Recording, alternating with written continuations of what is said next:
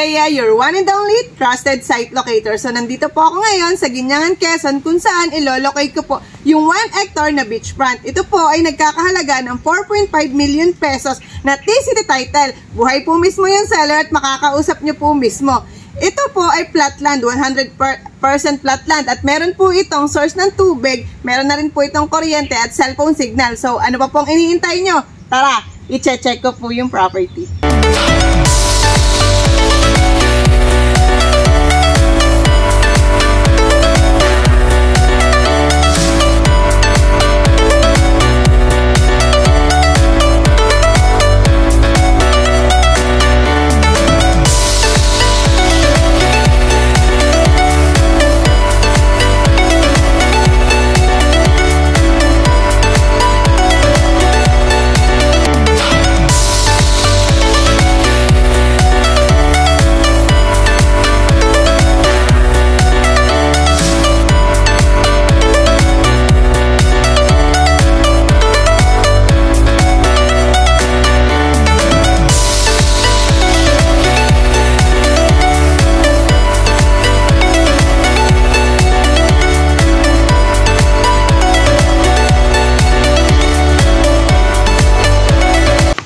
So, bali, mula po dun sa kalsada, papasok po dito ay nasa 1 kilometro po yung papasok. Makikita nyo naman po doon sa mga dadaanan, marami na po halos ang nakabili ng property, so dinidevelop na rin po nila.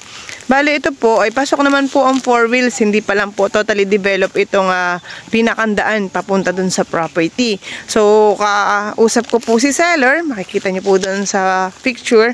Kausap ko po yung mag-asawa. Ito po ay TCT. Ito po ay 2.6 hectares.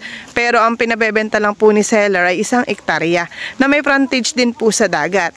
At ang kagandahan po dito, inassure po sa akin ni seller na siya po ang bahala dito sa right of way na para meron po kayong sariling dadaanan. Ayan. So, si nanay at tatay po mismo ang kausap natin dito. Sila po mismo ang pipirma sa deed of sale nyo.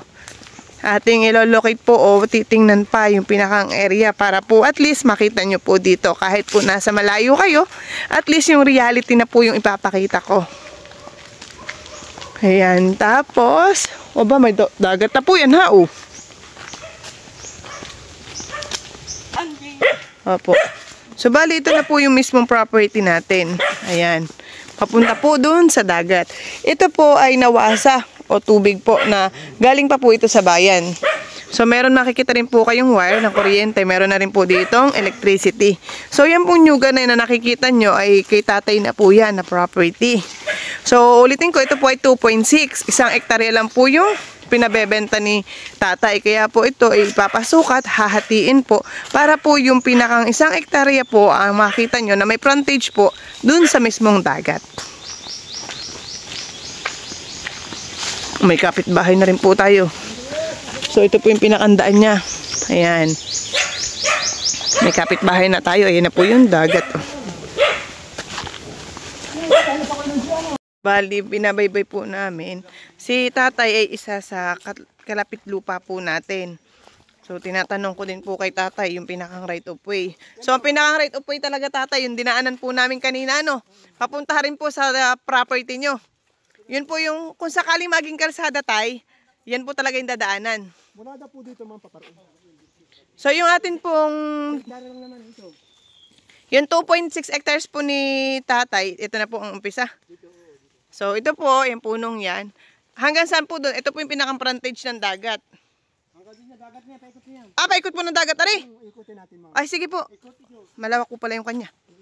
Yung 2.6 pero 1 hektarya lang po ang ibebenta. Opo, yun po ang pinabebenta lang ni tatay. Flatland po pala ito. Ano? Flatland po pala, tas nyugan. Ay, maganda nga. Tas ang kagandahan, may right of way. Yung iyo, tatay, saan po yung iyo dun sa unahan namin? Yun po ang pwesto nyo. Yun po ang una pala madadaanan. At least po, sigurado po talagang may right of way papunta rito. Ano po? Napasok ang sasakyan, ano tay? Oy, anong ginhawa nga po na rin. Abot po hanggang dyan. Ay, puro mangrove naman ito. Oo, ay, Iikutin nga po at ito yung umpisa pa lang tayo. Iikot pa tayo. Oh. Perfect. Kababaan pa ng nyug, pantay talaga din eh. Wala kayong bundok dyan. Oh, maganda yung lokasyon. Opo, iikutin natin para at least magkuha natin ng 1 hectare, mamimili ng frontage si buyer. Ito pong iniikutan po natin ay sa kanya pa rin po. Ano po? Wow, ang haba. Paikot po pala ang shoreline dun sa property niya po. Ano? Ay, ganda. White sand po pati. Oh. So, mula po doon sa tinuro ko kanina, iniikot ko po yung property hand. Bali, sa pinakang shoreline po ako naglalakad. Para po at least makita po natin yung... Ito ma'am yung pinakita ko sa picture na maganda kanina po. Ah, yan. Napakaganda po na rin. Ah, ito po yung pinakang ano po, ano. Sa property. Din po, paikot pa rin po yun. Dagat na yan pa rin. Ay, pero kanya pa rin pong property. Ay, tagang paikot po ng dagat, ano. Masukalaang po talaga. Kaya po hindi natin makita yung pinakang itsura ng property kasi po ay sobrang sukal. Dahil nga po si nanay at tatay ay matanda na, hindi na po na lilinis. Pero puro nyugan yan tayo na tapos flatland. Ang kagandahan po yung flatland talaga to. Ang ganda, white ha? Ang ganda niya, white sand po siya. Pero mabato siya, makikita niyo po ay mabato. Ayan. So makikita nyo po ito ay bali high tide na po ay high tide na.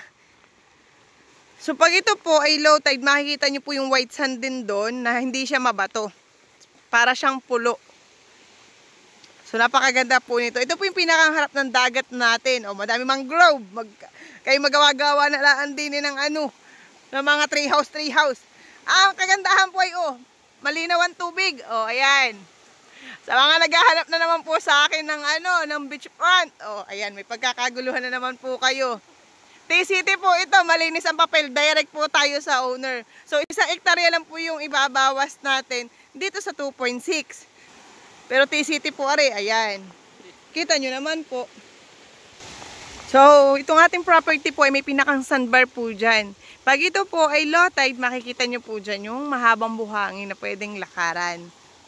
So makikita nyo po ang linaw ng tubig. Ito po ay palibot po talaga ng dagat. So makikita nyo po yan sa drone shot namin. Para po at least makita nyo po yung pinakang drone shot at makita nyo po yung pinakang ng dagat. So ito iikutin ko pa rin po. Flatland naman po ito kaya maganda po at madaling i-develop. At ang kagandahan po, accessible po ng 4 wheels. Ayan. So tayo ikutin natin doon para po makita ko yung loob.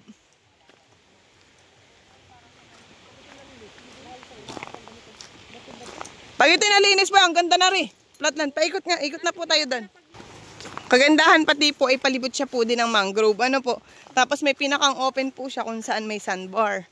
Tsaka pati po ay white sand po talaga. Ano po? Ito talaga po ay flatland po. Ano na puro nyug. Hanggang saan pa po ang boundary natin yan, tatay? Ay, malayo pa po. Talaga paikot po talaga siya ng ano.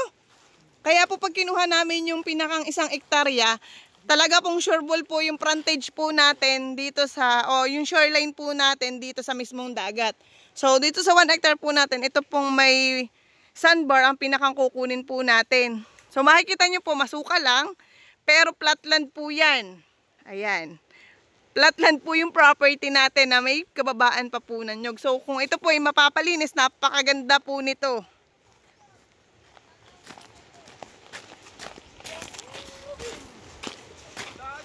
Ang lawak po, ang haba po pa talaga ng shoreline nung kay tatay.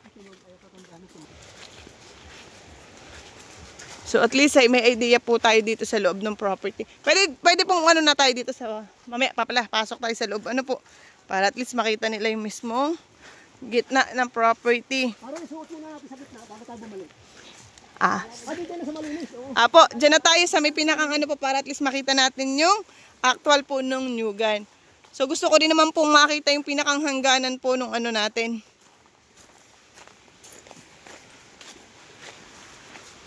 Etong part pong ito ay ito po yung sa matitira sa may-ari. Yan.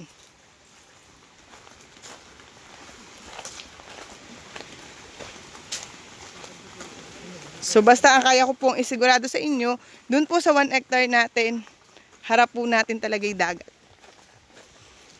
Na may kasama pong nyugan. Ayan. So reality na po yung pinapakita ko sa inyo. So si tatay po ay isa sa karatig natin na may-ari din po ng lupa na madadaanan. At siya rin po nagpapatunay na ito pong ating property ay meron pong right of way na kung saan may papasok po ang 4 wheels.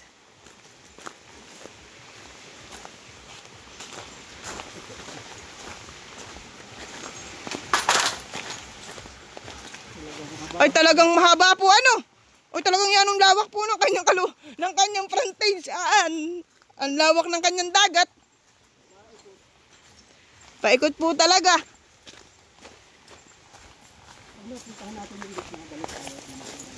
Opo.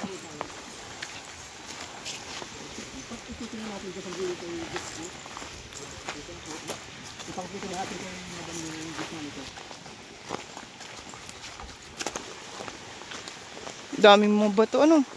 Oo, di ba? Oo. Ito po yung panakang boundaryhan po. Para at least ay alam natin kung hanggang saan.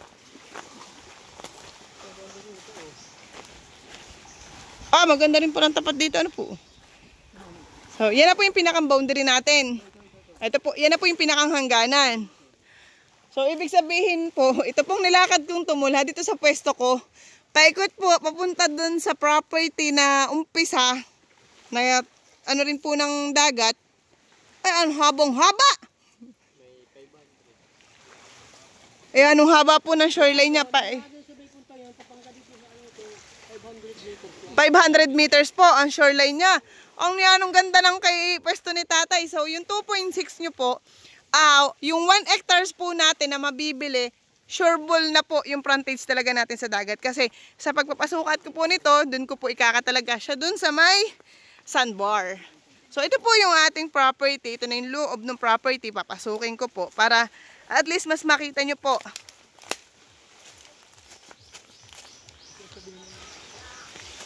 Ito yung boundaryhan. So ito yung masukal yung sa atin. Yan. Makikita nyo po naman yung ating boundary. Malinis itong kapitbahay natin. Itong atin masukal pa. So, dun sa makakabili nito, ay jackpot kayo. Yan po taba sa inyo po yan. Ano? Kasama. Ha? Kasama sa property. Ito po yung kasama sa property. Ay, talagang nyugan po. Ano? Ay, kapantayan po talaga. Ang kaganda ay kababaan pa po ng nyug. Ay, kulang lang po talaga sa linis. Ano po? Ay, kulang lang talaga ari sa linis pag ito nahawang-hawan.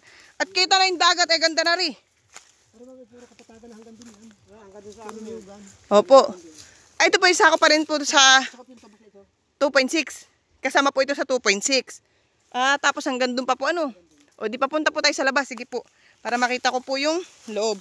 Kasi ito naman po ihahatiin namin ay.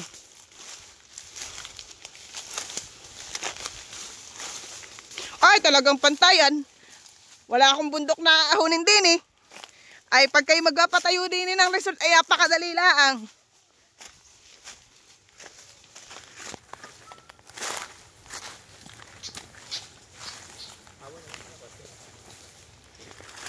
Ay, hawan. Ay, Marami rin tatay nalulukad din eh. Ha? Nakaka 7,000 po. Nasa ilang puno kaya po, Ari? Hindi ko alam. Hindi ko alam kung ilang puno pa ito. Ay, anong dami po. Ang tataas. Tapos may mga tanim pa po silang bago na ano po. Bagong tanim ko yan. Ay. Pasunod ko na yan. Pasunod nyo na po yan. Talaga. Ay, ganda po eh. No? Ay, ang ganda. Ang daming nyug. Hindi dadala sa kubat. Hindi na arin ni hawa na. Daan arin. Haba na daw po yan para at least makita natin. Yan po yung sa may pantang dagat po ano. Yung hawang yan. Yung pang sako pa yan. Sako pa rin po yun. Ay, anong lawak nga po pala. Ay, ang ganda nga naman. Ay, talagang pantay. Hindi ako mapapagod. Kahit senior citizen po makabili na rin. Ay, pag ginawa nyo pong bakasyonan, ay relax.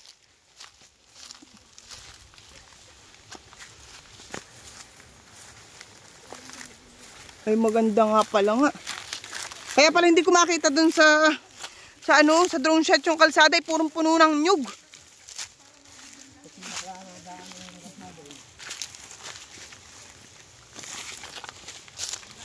Ay talagang kahit saan po ako lumakad ay talaga pong pantay. Ano po? Ay talagang pantay. Ay kapantayan po talaga itong lokasyon. Nakakatuwa. 100% flat land mga preni. Ay ang swerte po ng makakabili na rin. Ay ang dami pang nyug. As ang ganda pa ng inyong beach front.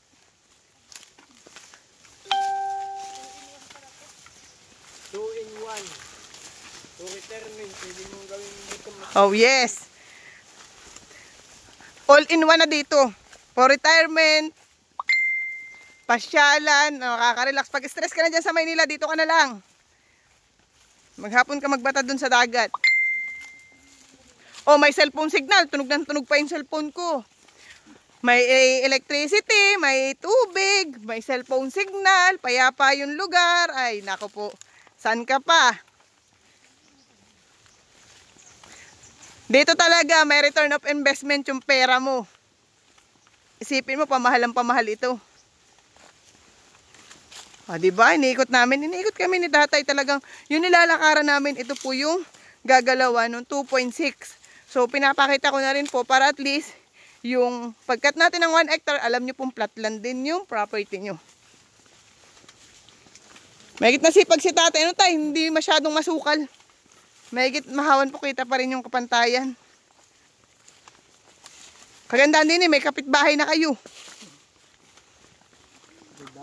Oo. Tamang buko juice ka na lang. Itong kalsada pa rin, ano? Ah, dito po natin. Pasok po ang jeep dito. Hanggang doon sa may dulo yun. Sa may dulo pong yun. Oh, nadaanan. Kami kumuha dyan. Ibig sabihin po tayo, di ba sa 2.6, kukunin namin yung 1 hektarya. Etong matitirang 1.6, ay ito po yung magiging daan pa. Ano po? May kalsada po talaga. So talaga pong may daan, may pasok ang 4 wheels. Ngayon nga lang po talaga ay hindi pa po develop. Ito rumanda pa rin. O yan, dadaan tayo dyan. Sunso natin. O yan, tinutunan na po yung tatay yung pinakandaan. Kung saan hindi ka na mamumblema. Sure ball yung ating daan.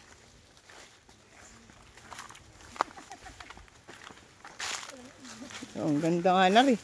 At kahit saan ako tumingin ay kapantayan ay. Apo. Ayan po ang tuwid. Ah, yung kanina po nating dinaanan na dagat. Saan po? Ito po, yung dinaanan po natin kanina, yung una pong tinuro natin na na ito yung harap ng dagat niya. Tapos, paikot po tayo dun. Ano po? Alright. Tapos, dadaritso po doon, tutuwid. As ito po yung pinakandadaanan din po. Napasok yung 4 wheels. Ayan, malinaw na malinaw. So, pabalik na po kami, palabas na kami. Naikot ko na po yung pinakang shoreline ng ating property, tsaka itong loob. So, hope you like it po. Sabi nga po nila, don't wait to buy real estate. Buy real estate and wait.